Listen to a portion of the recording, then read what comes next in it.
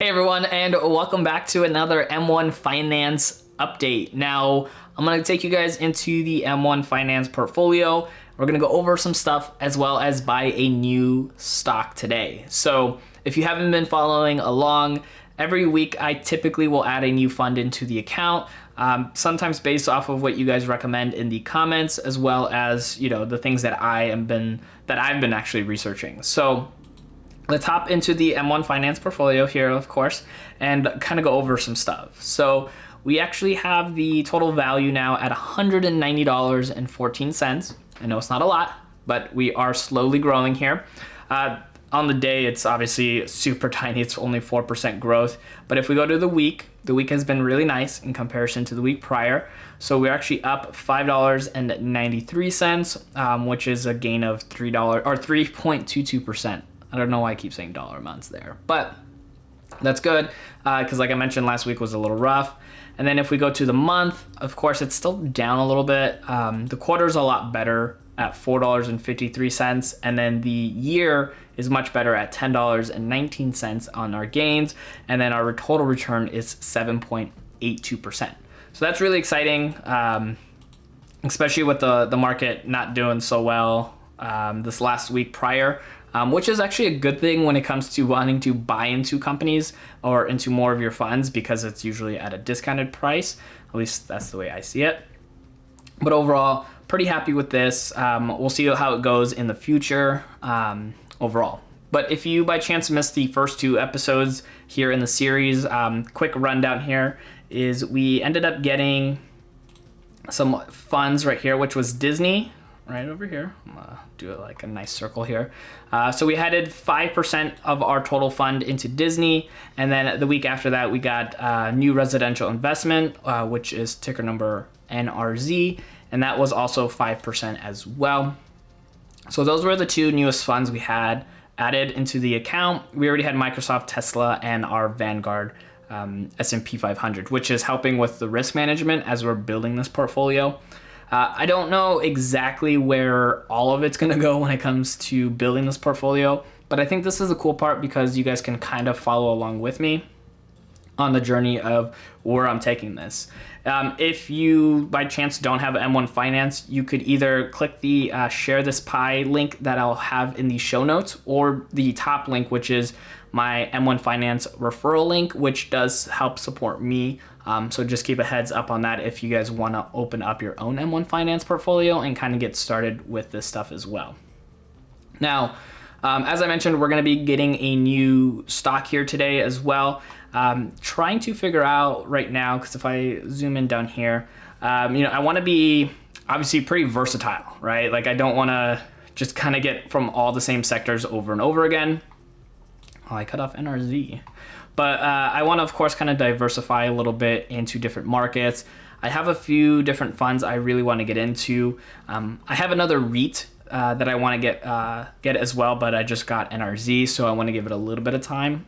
So that way my sectors are not coinciding too quickly together.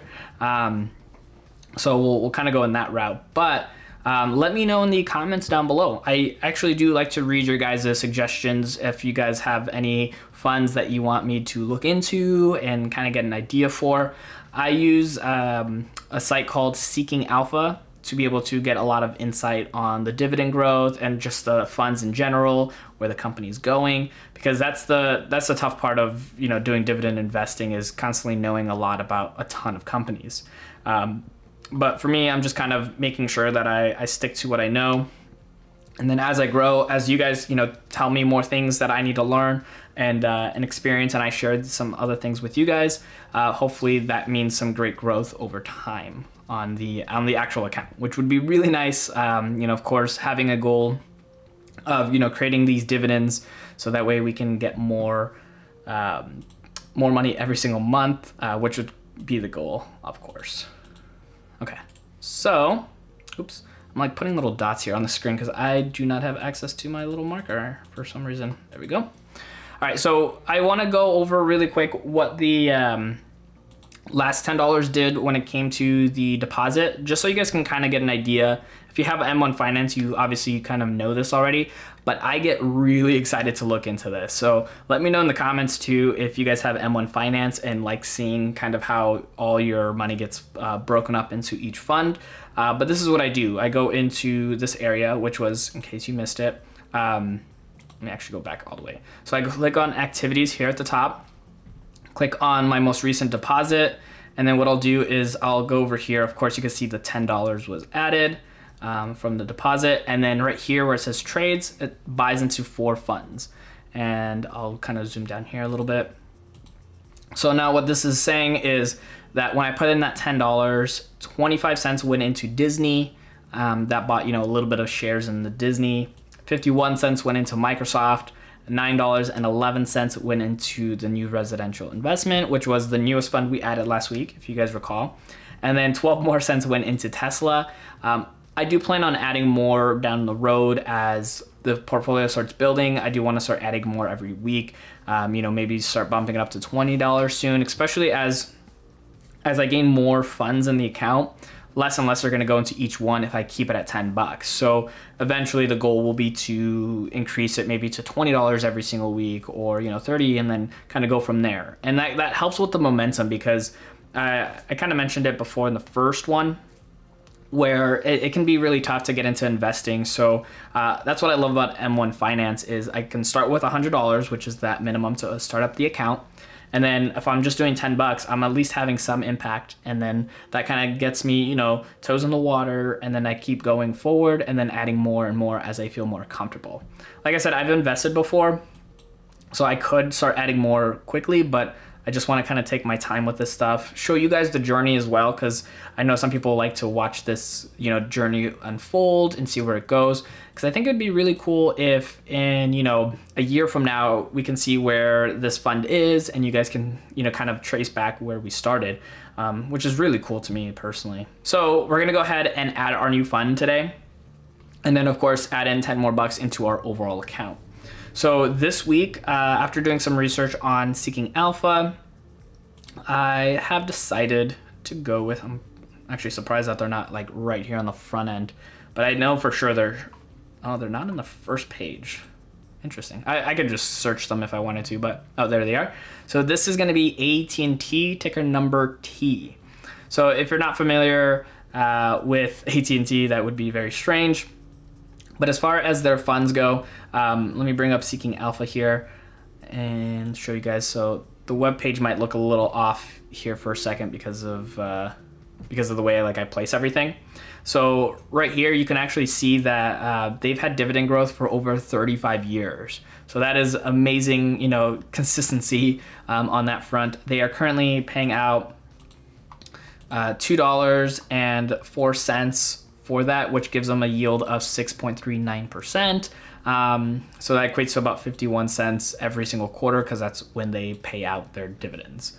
So that's the company I want to get into today. It's a telecommunications company, so it helps diversify my portfolio just a little bit more, which, as I mentioned, is kind of the goal. It had an interesting day a little bit here. It was up by 18 cents. I think, where were we at for the year on this one? So if we look at the year, it started at $34.35 from last year, from the day of today.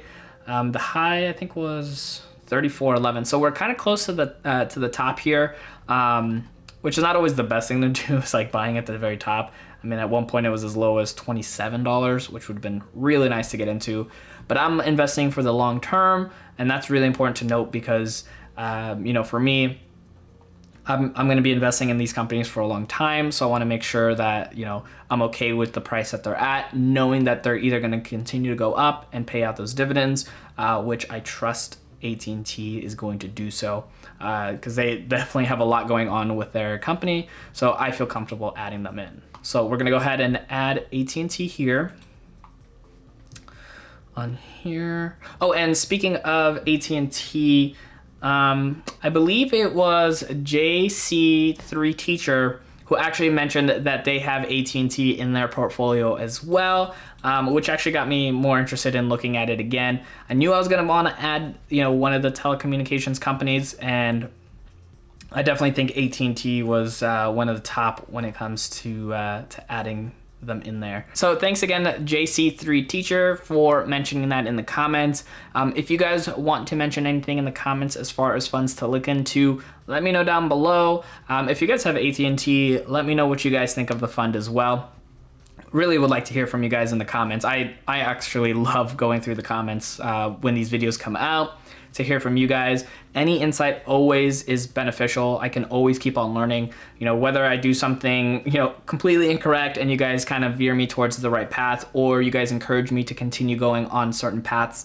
That will help a lot too, because I think that's the great thing about building these communities in, investing or any other means, is that we can continue to learn. So I'm going to put that AT&T at that 5% like everything else.